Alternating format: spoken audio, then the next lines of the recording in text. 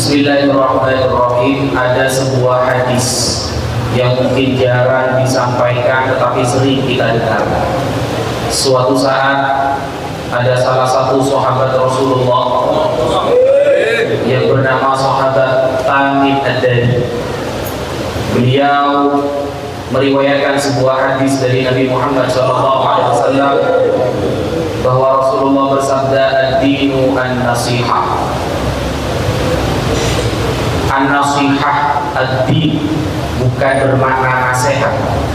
Nasihat sebagaimana kita menasihati orang lain, bukan.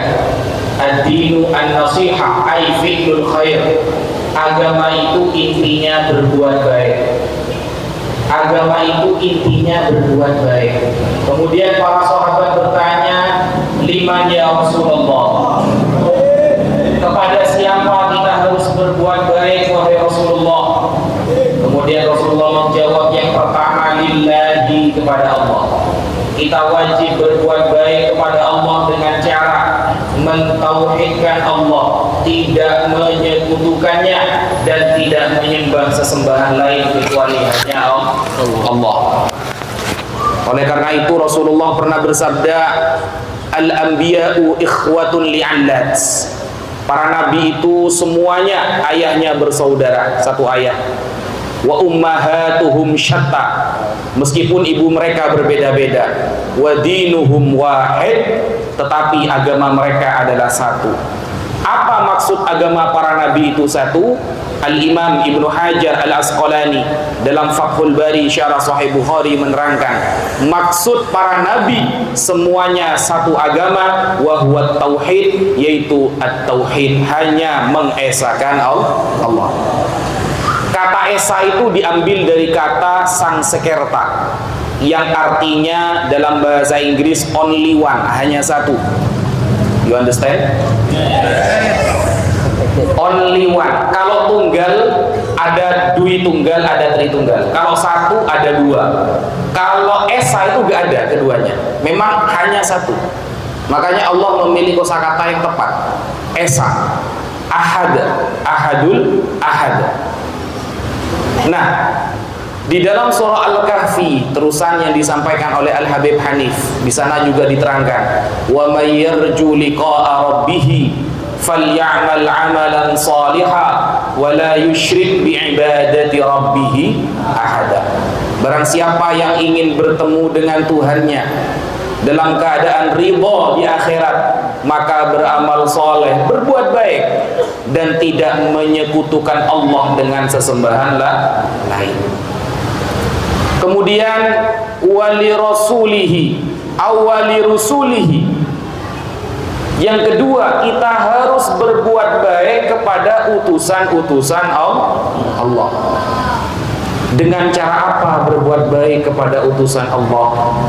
Dengan cara menjadikan Rasulullah sallallahu alaihi wasallam sebagai qudwah, sebagai panutan kita, bahwa beliau adalah uswatun hasanah. Karena sekarang Rasulullah tidak ada, maka kata sahabat Abu Bakar As-Siddiq, urkubu Muhammadan fi ahli baiti. Jagalah nama baik Nabi Muhammad dengan cara berbuat baik kepada ahlul baitnya. Kalau kalian mencintai zuriyah Nabi karena kepintarannya, bisa jadi Anda akan benci kepada zuriyah Nabi ketika dia bodoh.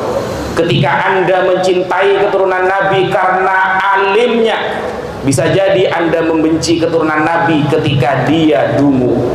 Ketika Anda mencintai keturunan Nabi karena tampannya, bisa jadi Anda benci ketika dia jelek. Ketika Anda mencintai keturunan Nabi karena dermawannya, bisa jadi Anda akan benci kepada keturunan Nabi karena pelit. Tetapi ketika Anda mencintai keturunan Nabi karena melihat Rasulullah, maka tak ada alasan bagi Anda untuk membenci keturunan Rasulullah sallallahu alaihi wasallam. Itu yang diajarkan oleh guru-guru kami sejak dulu hingga sekarang. Sehingga ketika kita melihat antara ulama dengan ahlul bait itu sangat saling merangkul, bukan saling memukul. Saling mencari kawan, bukan mencari lawan. Ketika sahabat Zaid bin Thabit, saudara, Jelas-jelas beliau salah satu sahabat yang ulama, beliau allama. Apa yang beliau lakukan ketika bertemu sahabat Abdullah bin Abbas? Beliau mencium tangannya dengan mengatakan, hakadha naf'al au umirna an naf'ala bi ahli baiti nabiyina. Beginilah cara kami diperintahkan untuk melakukan takriman, beradab kepada keluarga ahlul bait kami, Zaid bin Thabit. Lalu dibalas oleh sahabat Abdullah bin Abbas ketika beliau mengantarkan tunggangan beliau, menuntun mobil beliau kalau zaman sekarang. Lalu sahabat Abdullah bin Abbas mengatakan, wa hakadha naf'alu bil ulama, dan beginilah kami menghormati para ulama. Begitu indah antara para ulama dengan ahlul bait. Lalu kemudian kita sekarang tak jarang mendengar adu domba antara keduanya. Na'udzubillahi min dzalik. Kalau di kitab Sulam Taufik dikatakan, ada kalimat yang membuat kita murtad tapi kita tidak sadar bahwa kalimat itu telah mengeluarkan kita dari Islam. Salah satu kalimatnya seperti ini: andaikan besok Allah merubah arah kiblat ke arah timur, maka saya tidak akan menghadap ke arah timur untuk sholat, saya tetap menghadap ke barat. Ini berarti menentang perkara yang mungkin terjadi lalu dinisbatkan kepada sifat jaiz Allah. Itu bisa murtad. Ada sekarang yang seperti itu. Andaikan seluruh ulama menolak, menetapkan, maka saya tetap menentang. Ada enggak? Keburu itu kan begitu. Ada yang seperti itu. Jadi kewajiban kita itu yang kedua adalah berbuat baik kepada utusan-utusan Allah. Sampai sahabat Sayyidina Abu Bakr As-Siddiq radhiyallahu anhu mengatakan, la qarabatu Rasulillah ahabbu ilayya an asila min qarabati. Aku menyambung sanak famili dengan keluarga Rasulullah lebih aku cintai daripada keluargaku sendiri. Sayyiduna Umar, rajanya orang yang sangat tahqiq membedakan antara hak dan batil, beliau mengatakan di hadapan sahabat Abbas, la islamuka yauma aslamta ahabbu ilayya min islamil Khattab. Wahai Abbas, kamu masuk Islam lebih aku sukai daripada Islamnya ayahku sendiri Al-Khattab. Karena kalau kamu masuk Islam Rasulullah senang, sedangkan ketika Al-Khattab masuk Islam tidak menyenangkan Rasulullah, karena engkau adalah ahlul bait Rasulullah sallallahu alaihi wasallam. Bayangkan sekelas apa orang sekarang dibandingkan Sayyiduna Umar bin Khattab dan Sayyiduna Abu Bakar yang keduanya adalah Sayyida Buhuli Ahlil Jannah. Dua pendekar, pemuda, pemimpin nanti di surga. Kemudian yang ketiga, kita harus berbuat baik kepada siapa? Kata Rasulullah, wali a'immatil muslimin wa ammatihim. Harus berbuat baik kepada pemimpin-pemimpin umat Islam, yaitu para ulama. Kita dari kecil diajari ikut para ulama, percaya kepada para ulama, menghormati pendapat ulama, bukan malah menolak pendapat ulama. Bahsul masail dari tingkat desa sampai tingkat internasional. Kalau kita mendengarkan Imam Ibnu Hajar berpendapat, kita setuju. Kita percaya Imam Ibnu Hajar ini orang allama.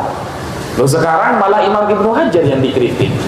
Ini kan hajar beneran orang-orang ini, batu. Hajar bermakna lugawi ini. Sudah jadi batu semua dari ujung rambut sampai ujung kaki. Bayangkan Imam Ibnu Hajar yang dulu kita sangat takut ketika beliau berpendapat karena beliau adalah muhakkik mazhab Syafi'i. Gelarnya al-faqih. Kalau yang sekarang gelarnya kan al-maqali. Kan beda.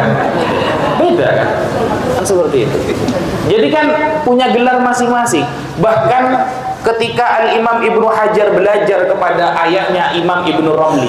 Jadi dulu Imam Ibnu Hajar itu satu kelas dengan Imam Ibnu Romli.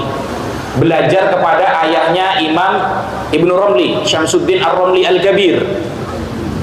Bahkan sampai Syamsuddin Al-Kabir, Ar-Romli Al-Kabir mengakui ketahqiqan ilmunya Imam Ibnu Hajar mengalahkan anaknya caranya sendiri. Sampai sekarang ada kitab yang bernama Fathul Ali bi Jam'il Khilaf baina Ibni Hajar wa Ibni Ramli. Bayangkan, keren ulama dulu itu. Bukan wa makali inna rahmatan RT, RW, DPR wa ala alihi washabi. Kan bukan seperti itu. Itu gak ada saatnya itu. Itu kemana itu? Ya wajar lah ya, kalau gurunya menentang malaikat, muridnya menentang ulama. Sangatnya sambung ya, malaikat ulama. Jadi kita harus berbuat baik kepada para ulama dengan cara mengikuti pendapat para ulama. Kenapa? Karena kata Rasulullah, fa idza ra'aitum ikhtilafan katsira fa 'alaikum bisawadil a'dham. Kalau kalian nanti di akhir zaman melihat perpecahan yang sangat banyak, pilih mayoritas ulama. Itu sabda Rasulullah itu. Kenapa? Karena inna ummati lan tajtami ala dhalalah, kata Rasulullah. Umatku tidak akan pernah bersepakat kepada kesesatan. Tidak akan mungkin umat Islam 50% murtad semuanya, tidak ada. Tidak akan mungkin umat Islam lalu 70% sesat semuanya. Tidak ada. Itu sudah jaminan dari Rasulullah. Tetapi apa kata Rasulullah? Wa yadullahi 'alal jamaah. Pertolongan Allah ada pada al-jamaah, grup yang mayoritas para ulama.